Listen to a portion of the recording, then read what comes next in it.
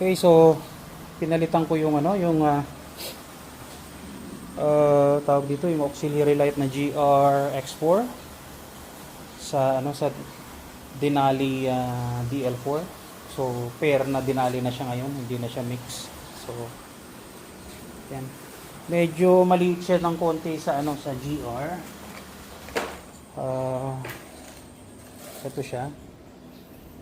Halos parehas lang yata. Maliit pa rin, tignan siya. So ayan, nag-sale kasi yung Denali, so napabili ako. Ayan. So existing line, so ito lang, proper wiring lang ang ginagawa ko. So pinalitan ko din tong ano niya, yung mga lines niya. So custom made na ang ginawa ko kasi mahal din yung ano nito original Denali cables. And then kagandahan nitong custom made, hindi na siya yung sobrang haba. I mean, custom made siya, but then parang OEM type siya. Makikita nyo mamaya papakita ko. So yan, straight Denali na siya. Okay, so natapos ko nang i-terminate yung ano, yung mga pins. So parang ganun din sa Denali harness, you know, plug and play, walang ano siya, walang mga dugtong-dugtong na nakatape.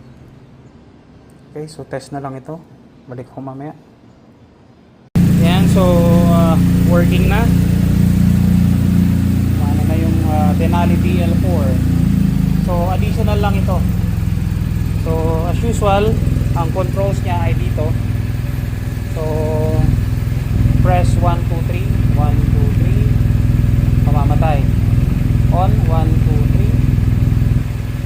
3. Yan. So ako kasi ayoko nung maraming mga nakasabit-sabit na wire dyan. Kaya yung ano naman, yung P4 long press, 3 seconds. Yan. So gumana na siya parehas. Yan, oh.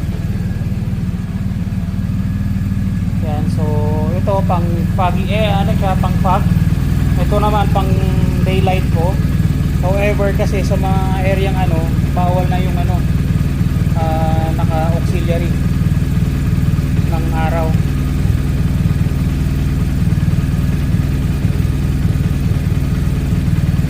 Ay, yung mga ano pala, yung mga commentor sa ano, sa Facebook na akala nila ay naka-blinker lahat ng mga GS. Ito yung nangyayari sa frame rate ng ano, sa frame rate ng video. Ayan, oh, parang nagbi-blink siya, oh. Ayan, oh. Ayan, ganyan yung nangyayari pagka ano. So medyo kwan din kasi yung mga iba talagang naiinggit na lang. Kala nila porket naka BMW sobrang yabang na, naka blinker. Hindi ho ganun ang ano. Check nyo rin minsan yung ano, yung nakikita nyo sa Facebook at saka sa ano. Kaya bakit ganun? Ako pagka malayo ito, lalo pagka ang kuha mo yung Insta360 para ka naka blinker, gumaganon, gumaganyan. Dahil sa frame rate yun. Okay, so ito yung ano, ito na nga yung final product. Yan. So malinis siya.